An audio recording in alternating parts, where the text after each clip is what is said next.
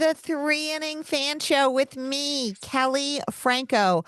I am so excited about today's show because we are going to learn about private equity investment in North American professional sports. Ben Horney of Front Office Sports, thank you so much for joining me today. Thanks so much for having me, Kelley. You know, Front Office Sports is such a great publication, folks. You guys should subscribe to it or at least subscribe to their newsletter, which is free. I get it every day, and it'll enlighten you on the business side of sports like nothing else, really. Ben, can you tell us what you cover for Front Office Sports? Yeah, absolutely. So, first of all, I couldn't agree more with you. Front Office Sports, absolute go-to place to learn everything. We have multiple newsletters. We have the Memo, which is kind of our main one. We have Tuned In, which is our sports media newsletter. We have a couple great reporters there. And then we have my newsletter. So, to answer your question, my newsletter is called Asset Class, and it gets into everything, the flood of money pouring into sports, finance in the realm of sports, private equity in sports, mergers and acquisitions in this whole realm. It gets into all of that. Amazing. You know, I always think that directly or indirectly, everything we see on the field, the pitch, the court, the Formula One track, whatever it is, it's all the result of money. Yes, totally. So, I think that we're going to have a really fascinating conversation because, the realm of private equity, as an example, I think is less understood than it could be by kind of the general public. And there's a lot of stigma around that phrase. But to your point, it's all about money, whether it's private equity money or whether it's money from somewhere else. The engine that makes all of sports go is money. I mean, these are multi-billion-dollar businesses. Sure. So, can you just start off in case some of our listeners are like, private equity, isn't that like what rich dudes invest in? Can you just give us a little PE 101? Absolutely. So private equity, equity is the key word there. So kind of the whole point of private equity firms is that they want to buy into companies, make investments, buy equity stakes. So they own a piece of the company. And then the idea is that they will flip that stake in a defined time period. It's usually 5 to 7 years, although that has changed over the years. The lines between what's private equity, what's venture capital have blurred as time has gone on, because really they're just looking for good investment. So they're looking to put money into a company, a team, whatever it is, and then make money selling it after a few years. And so we've heard of private equity over the years investing in basically anything. It might be a tech startup, an aviation startup or company, a chain of veterinary hospitals. I mean, Yes. anything. But I think what you're going to tell us is that now private equity is coming for the professional sports leagues, NHL, NFL, MLB, all of them. Yeah, it's proliferating in a major way. So to get just into the main North American sports, Major League Baseball, which I know that this podcast is mostly focused on, was the first of the main U.S. Sports leagues to open the door to private equity investment. In 2009, rules were put in place that allow for limited private equity investment. Now, that's another key thing with regard to sports. In all these sports leagues for now, it's very limited. So it's different than some of the other areas that you described. A private equity firm might buy into a group of veterinary hospitals and they own and manage and run it. And they are the ones who are deciding who are we hiring as the manager to run the whole operation. That's not what's happening in sports. In sports, they're buying stakes in teams. They are passive financial stakes. The money can be used for whatever the team sees fit. But the private equity firm doesn't have the ability to tell the team what to do with the money. Okay, so in a normal private equity investment, we might be looking at a situation where you get seats on the board or some element of control. But I think you're going to tell us that we're not going to see that in professional sports leagues. Yeah, that's exactly right. Now, in Major League Baseball, I was looking into this. From what I can tell, it's not technically a private equity firm could maybe have a seat on a board, but that would be it hasn't happened. It would need to be approved by the team, the commissioner, and even still, the stake that they are allowed to own in MLB, it's 15% stake is the max that a private equity firm can own in a team. So they're really not having control, and that's really not the point at this point. And like I said before, all the leagues are very focused on making sure that that's clear, that we don't have private equity firms running these teams. So if it's 15% in MLB, does that mean they can take private equity groups investment of 3%, or they can have multiple private equity groups own 15%? So an individual private equity firm can own up to a 15% stake. In terms of how much equity a team can sell to private equity firms, it's 30%. So the total amount that's allowed to be owned in a Major League Baseball team by private equity is 30%. And that could be split up, I mean, as far as I know, however they want. So it could be two firms by 15% stakes. It can be doled out differently.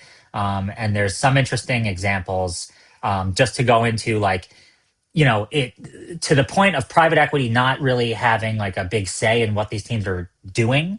Arctos Partners, which is a big firm that you'll hear about in the world of private equity sports, they own stakes in, I think, 5 Major League Baseball teams. They own stakes in like 25 pro sports teams. So they view sports as a good investment. They're not investing in the sports team because they want to, try to tell the Padres who should play shortstop.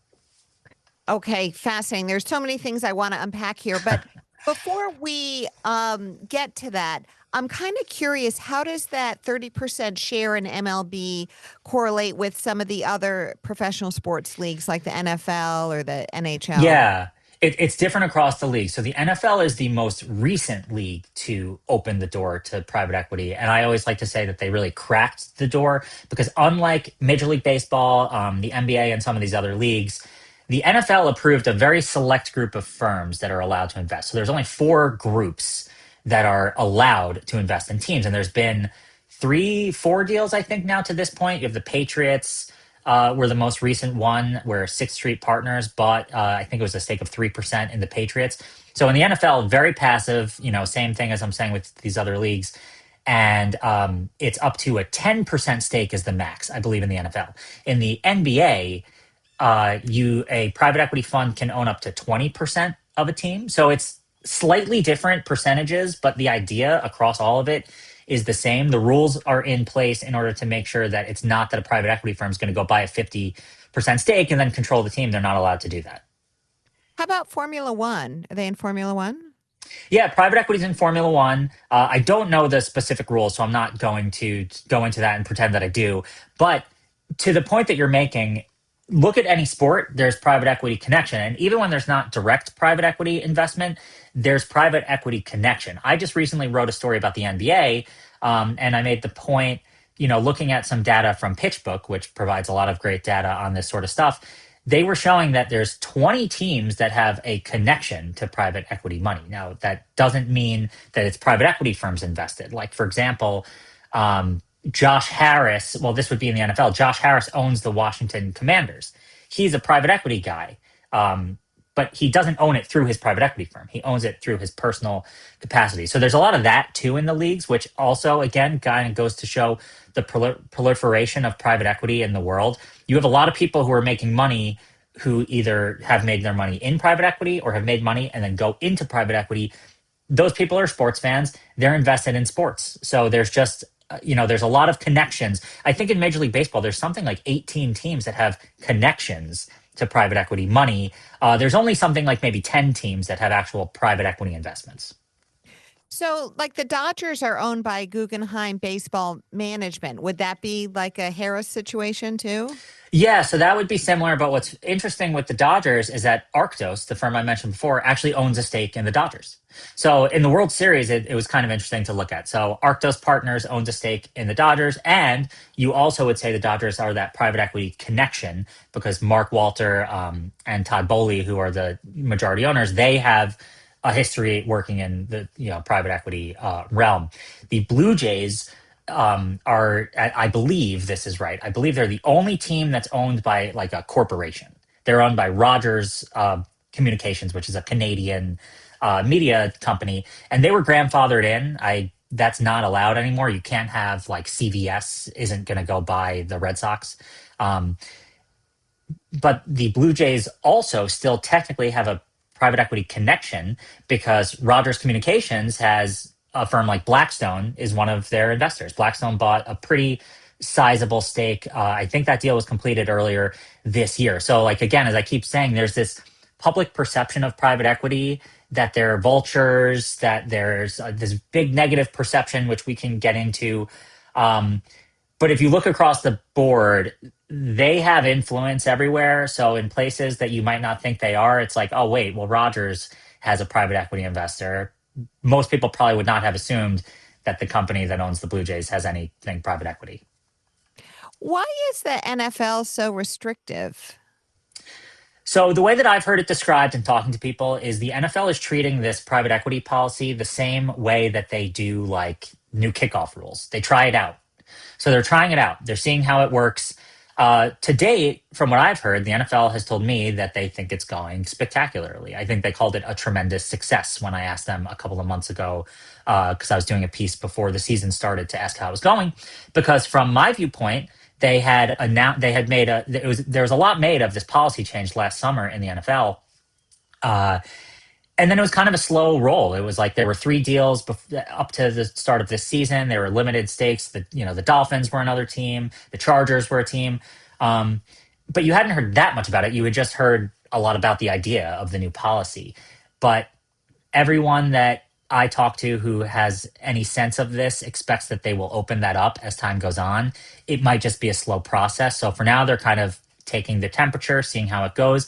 But if you talk to teams, I mean, there's a real reason that leagues like the NFL and other leagues are opening up to private equity investment. And it's because they need team valuations are through the roof. And that's in part to a number of factors, including the sports media rights, which is like, that's an insane thing to talk about. The NBA has a new $77 billion media rights deal that just started this year. The NFL is supposedly going to opt out of their media rights deal, which was $111 billion because they think they can get more money. So with that and with other factors, the valuations of franchises are going through the roof. And so even to buy a minority stake, it might cost a few $100 million. And there's a limited set of people who can write those checks. So that's a big part of this calculus from the NFL and other leagues where they're saying, well, if we want there to be deal activity, if we want people to be able to sell a limited stake, if they want to get out, if people are going to be able to make money off their ownership, there needs to be a set of buyers who are going to be able to buy in. Fascinating. Okay, so it doesn't just inject liquid into these teams to do deals, but it lets people get out if they're owners and they want to exit. 100%. Although on the other side of that coin, another interesting thing that I've heard in talking to people is like the exit piece hasn't been fully figured out. The rules are restrictive across the leagues, and I'm not going to pretend that I know all of the details. But like there are rules around how long a firm has to hold their stake for. They can't just buy it and then, ooh, the value's gone up a lot. Let's flip it after 6 months. They have to own it for a certain amount of years. The leagues typically have to approve these deals. So there's still question. I mean, it seems like a promising investment because sports have kind of bucked the larger economic trend of tough times. Like I wrote a story early on in my tenure at Front Office Sports about sports kind of defying the odds when it comes to a global economic and deal making slowdown. So they're viewed as a really good investment.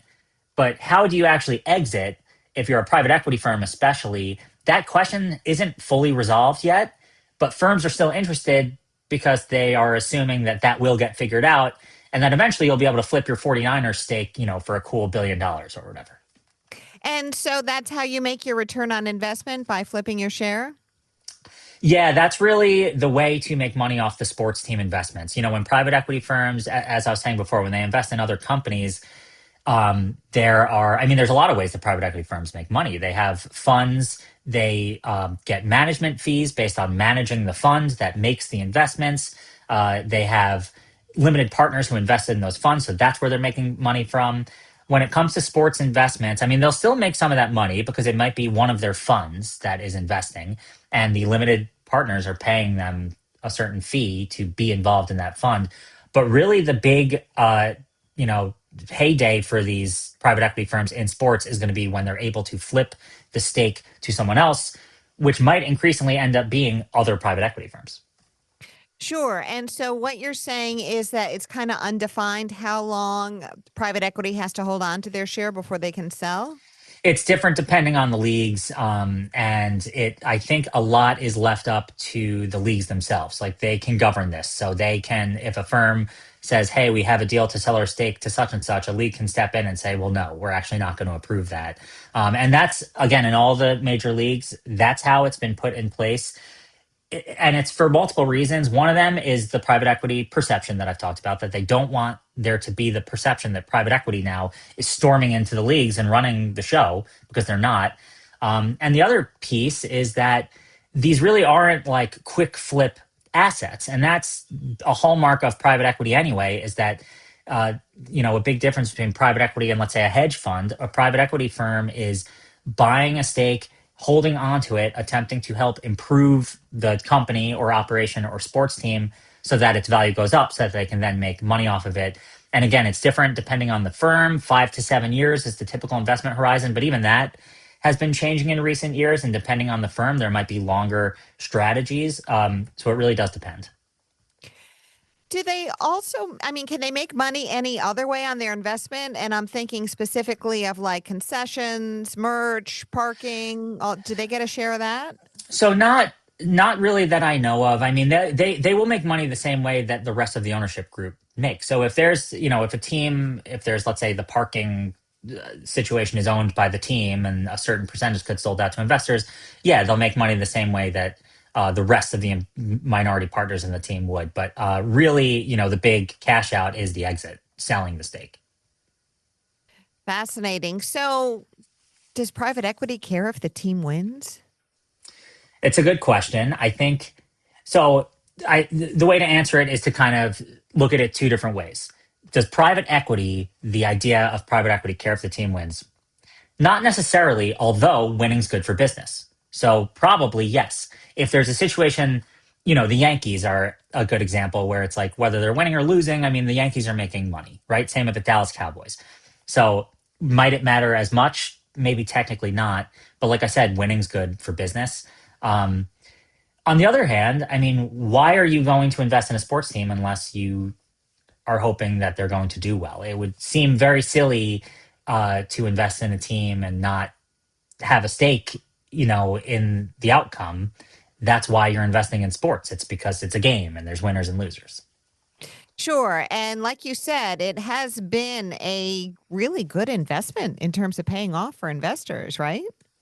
Yeah, absolutely. I mean, it's crazy to think about. The Boston Celtics is a good example. So Wick Grousbeck, who just sold the Celtics, that deal was completed a couple of months ago, maybe. When he bought the team, it was, I forget, even it was less than $100 million, something like that. Maybe it was Wow. $200 million, something Oh, like that. They when sold the was team for that? Do you know? it was 2002, and it might have been $200 million. I forget the exact details. The value of the team. They sold the team. It's a two-part transaction. The initial value was $6.1 billion. So think about that return on investment. Let's say it was 200 million. Now it's 6.1. And analysts and bankers say that when that transaction is fully complete in 2028, when the rest of the minority partners sell their stakes, it might be more than $7 billion, the total team valuation. So, you could look across the board and see this in many examples. The Yankees, how much did George Steinbrenner buy them for compared to how much the Yankees might be worth now? I mean, the New York Giants just sold a stake at a more than $10 billion valuation. These numbers, I always say, it's incomprehensible. It's impossible to fully understand what you're talking about, but they're real numbers. I mean, this is how much these teams are worth. That is really an incredible return on investment. So, if your private equity firm invests in a minority share in one of these teams and your equity grows because the team valuation grows, can you use that share as collateral for anything? Yeah, that's an interesting question. I mean, I don't think that that's really how it works. These are stakes they own. They're passive stakes. Like I said, there's restrictions on what they can do with them, even in terms of selling them. So they kind of just live in their portfolio, and hopefully they're making management fees off of the limited partners. And then again, like the ultimate hope is that one day the team has just won the World Series, and there's all kinds of buyers afoot, and you're able to sell your 3% stake, for $1 billion. I mean, I think it really comes down to it being that simple. In the world of, in the larger world of private investment, it's really going to be hard. You're going to be hard pressed to find any asset that's going to appreciate that much in value. But in sports, like that's what's happening. These teams are going from even 5, 10 years ago. The Milwaukee Bucks in 2014 maybe were the majority stake was sold for a $500 million valuation. Things changed dramatically in the NBA when Steve Ballmer bought the Clippers at a $2 billion valuation. I mean, 2 billion is like peanuts now and you're talking about these leagues. So, interestingly enough, to get back to the baseball thing, because I know that that's the main theme of the podcast, Major League Baseball is the one of the sports leagues where the valuations like haven't quite popped the same way. The Yankees certainly would be if they were ever up for sale. The Red Sox, same thing. Dodgers, certainly, same thing. But you saw the Minnesota Twins earlier this year. They were shopping the team, and their story is that they ultimately decided not to sell the team. They decided to bring on two investors. But even when that was being reported, and I was trying to find out what was going on with that, the reported price tag they were looking for was $1.7 billion. I mean, that would be easily the cheapest NBA. I don't even know if there is an NBA team at this point that would be $1.7 billion. It would be like nothing. Right. And isn't that what the Rays sold for too? Yes, exactly. Rays were right in that ballpark, 1.7 or so. So um, I think people expect that MLB will catch up. I think that right now there's uncertainty. There's things with the salary cap. Is there going to be a salary cap? What's going to happen there? There's a looming, CBA coming up. And also, it hasn't been that long since there was, an issue with the CBA back in 1995, and there was a lockout shortened season. So I think that those are kind of some of the factors at play for why we're not seeing this yet. People expect that it's going to happen. It will be interesting to see when that, with the Rays, another complicating factor was where they're going to play. They just had their issue with Tropicana Field and the hurricane. And that's another big aspect of valuations is the real estate surrounding it. Mm. Teams that own their stadiums and own that real estate, that's a huge asset. You're going to start to see that more, I think, where teams are trying to own the stadium.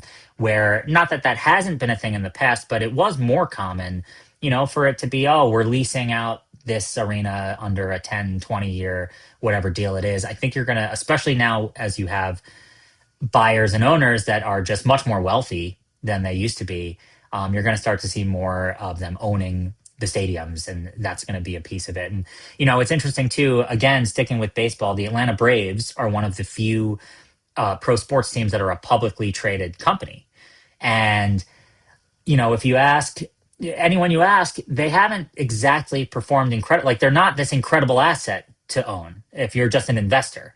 And the reasons for that, I'm sure, are many. And this stuff can be complicated. You wonder, like, well, if sports teams are doing so well, why wouldn't it just be a smart idea to buy a small stake in the Braves? I don't really have the answer for you. I think part of it is what I just went through, where MLB hasn't quite caught up to the rest of the leagues. But again, depending on who you ask, people say that you might see more teams that become publicly traded in the future, or you might see less, or you might see the same. It's the capital is flooding into sports at all levels, as we like to say at Front Office Sports, and so you're just seeing it run the gamut of teams that are taking on public investment, teams that are realizing they need to take on more private investment. You're just going to see everything is more expensive now. So teams need money. They're going to try to figure out how to get that money to improve their ballparks, their fields, maintenance of everything, their media deals. Teams are having their own apps that you can watch the games on. Gotham Sports, here in New York, which I do not pay for, and I don't want to. I would rather just have linear cable, but I'm a little bit old school in that way. Well, it's really interesting to me about baseball because the potential lockout looms large for after the 2026 season. Their collective bargaining agreement expires just about a year from today, December 1st, 2026. And I think if the owners go for a salary cap, first of all, there's definitely going to be some kind of strife. I mean, I don't even want to say the 2027 season is canceled because it's too painful, but please, God, don't let that happen. But it's a real risk. But if the owners could somehow get a salary cap in place, I think it would increase the team valuations. And even if they can just solve that riddle with the players, come to some kind of compromise, at least there wouldn't be the uncertainty about it. And that lack of uncertainty might also help boost valuations. Totally. And so it's funny to hear you say the word uncertainty because that's what comes up in talking to people in private equity. Uncertainty is the absolute enemy of any of this stuff in the world of investment. If you're not sure about what the environment is going to look like, it is so much more difficult to put your money somewhere. It's so much more difficult to forecast what might happen. So it's the same thing with this. Not knowing how this is going to shake out just creates a lot of uncertainty. So to go back to your point about the investment in teams, that is probably one factor at play where it's like, well, we don't know how good of an investment Major League Baseball is going to be because we do not know what the environment's going to look like. Now, a salary cap would also have such massive implications for parity in the league. I mean, you look at the Dodgers; they can just outspend everyone, and here they are, World Series champions. That obviously is not always going to work. The Yankees have always historically outspent everyone, and they were great, for a long time when I was growing up. I grew up a Yankees fan. It was I I always say I was very spoiled by the Yankees because like some of my earliest memories are them losing in the playoffs in 1995, and then boom, 1996 suddenly they're the best team in the world. Um, but they've outspent people, and it hasn't resulted in World Series wins. So it might be helpful across the board to have some parity. It might even out the valuations across teams because, again, to what we're saying, it's kind of crazy. You think if the Dodgers were to be sold right now, they're going to be $8 billion, $10 billion.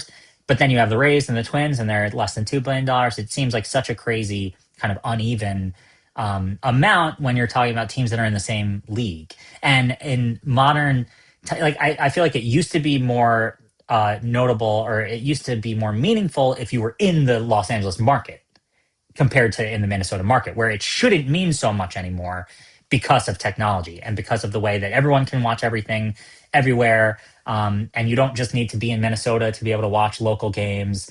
And players can be on social media, so you can really know what's going on. So there shouldn't be that big of a valuation gap, and yet there still is in Major League Baseball. So, we'll see what happens there. But yeah, that's certainly something to watch. Well, that's a really interesting point about the accessibility of all these teams. I mean, when I was growing up, all you got were your local teams, and then there'd be like the Saturday game of the week or, Monday night baseball. But now you can watch any team at any time. It's crazy to think about. Again, even in my lifetime, I'm 36 years old, how things have changed where now I can go on YouTube and look at all of the best plays across every single game last night in the NBA. Um, when I was younger, you would hope that SportsCenter is going to show all of the things. Uh, and yeah, the idea of being able to watch Vladimir Guerrero Jr., I'm waiting until he plays the Yankees. Now you can watch the Blue Jays if you want, whenever you want, for the most part. I know it's insane. I had Sweeney Murdy on my show last week, and we were talking about how when we were growing up, if you missed the play the night before, you basically had to wait until the 6 o'clock news the next day. Yeah. Yeah, no, it's so true. It's great that we have all this access. And at the same time, I wonder, like, what are we doing to our brains with all this access? Not just in sports, all over the place. So you were talking back at the beginning of the show about this element of control and basically how there's not a lot of control with a PE investment. So are you telling us that fans don't have to worry about some guy from Arctos, picking the next shortstop for the Yankees?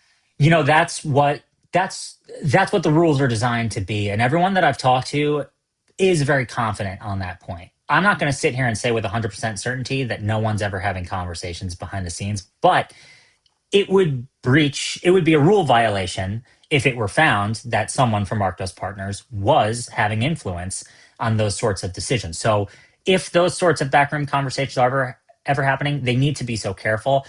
It probably makes sense not to do it because why are you jeopardizing this potential multi-billion-dollar investment? Again, to your point, to like because you feel some way about a shortstop. So at this point, I really don't think fans need to worry very much about the private equity investment into sports.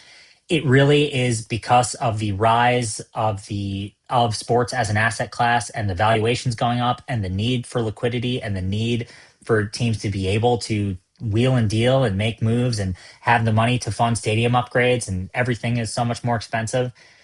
It could change in the future. I mean, the rules could loosen as these go well. I would not be surprised to see all the leagues loosen the rules a little bit. You could start seeing the percentages creep up of, hey, now in baseball, one private equity firm can own up to 30% of a team. Who knows where it might go? I mean, it really depends. But another thing that I want to say on the idea of, like, should fans be worried about private equity? I've said this a couple of times here. There's this negative perception of private equity that, in my view, I've been covering private equity for over a decade now. It's a little bit overblown. Are there people in private equity who are in it just for the money and who really don't care about the outcomes in terms of how people are affected? Absolutely. But that's across the board, whether you're in private equity or not. And the example I always like to give is, people say that private equity firms would buy a company, and there's always inevitably mass layoffs at the company. And, again, like I said before, there's just no caring for these people. There are mass layoffs when there's public company mergers.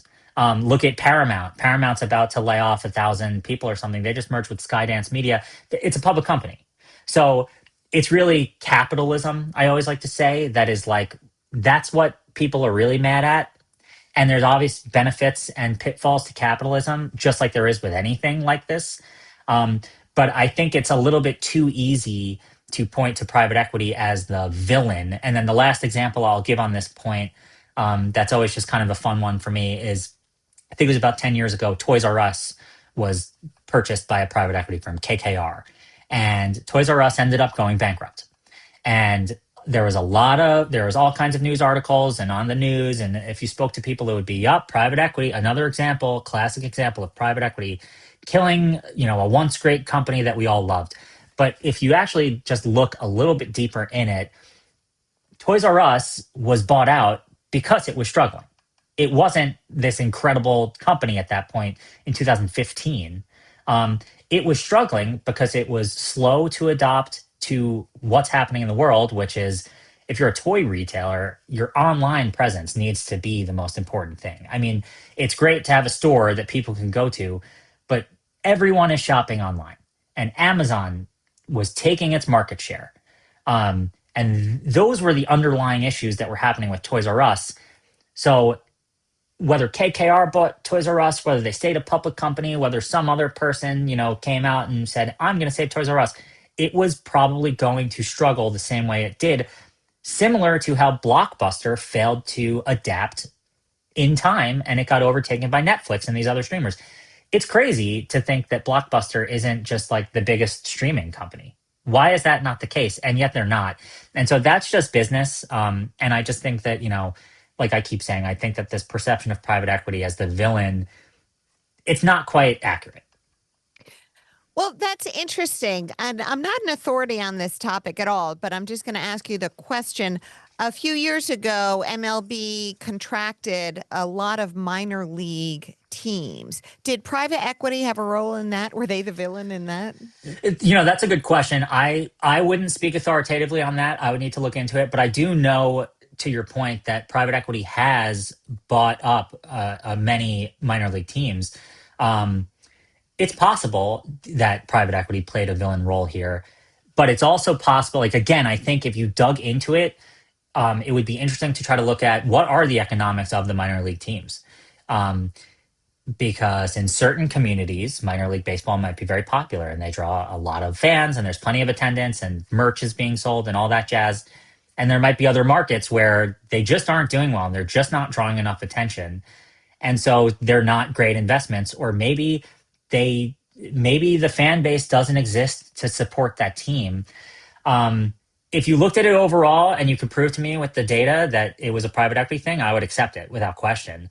But I'm just not willing to give that blanket statement without knowing the details. And I just think the details matter. And especially in our world now that we're all on the internet all the time and social media, it's way too easy to overlook the details or not look into it. It's so much easier to paint things with a broad brush, but that's not a fully accurate view of any situation. Again, whether we're talking private equity or anything, you need to really know what you're talking about in order to make a declaration.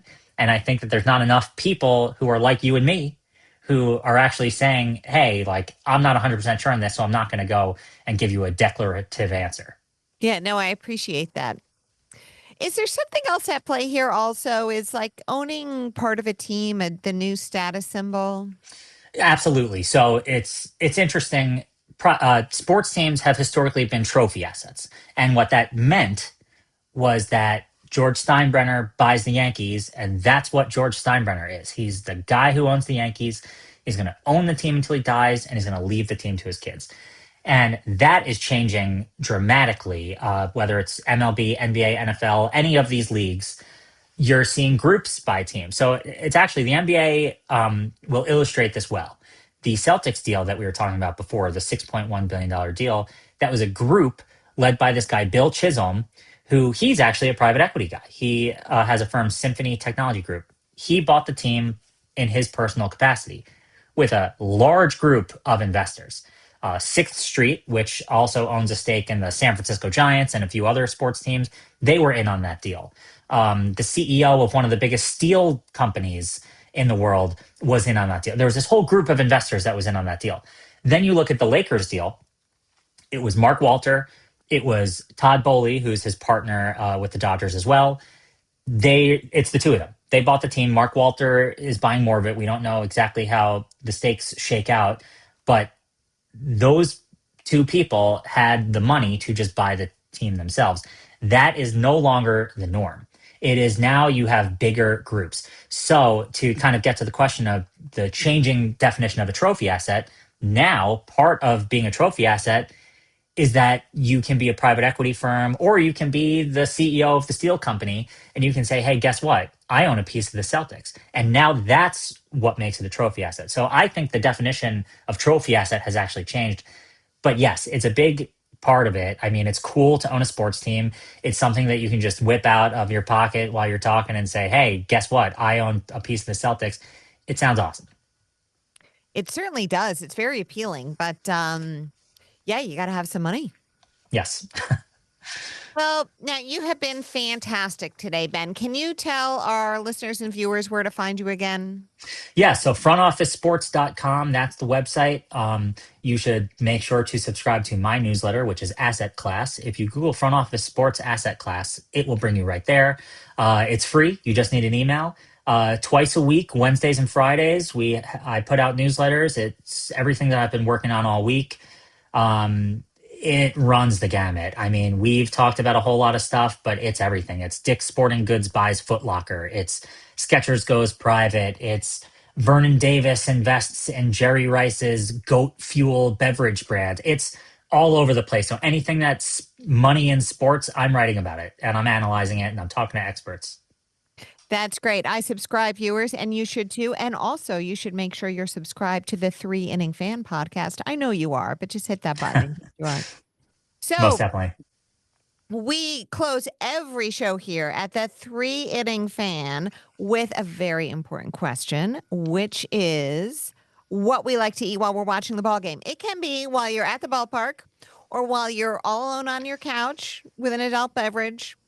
You just tell me, Ben Horney, what do you like to eat while you're watching the ball game? Yeah, so I love this question. I've been thinking about it ever since I realized I was going to come on, and I know that you end every interview with this question. To your point, it depends on whether you're at the ballpark or not. I'll start by saying at the ballpark. I mean, hot dogs. It has to be hot dogs.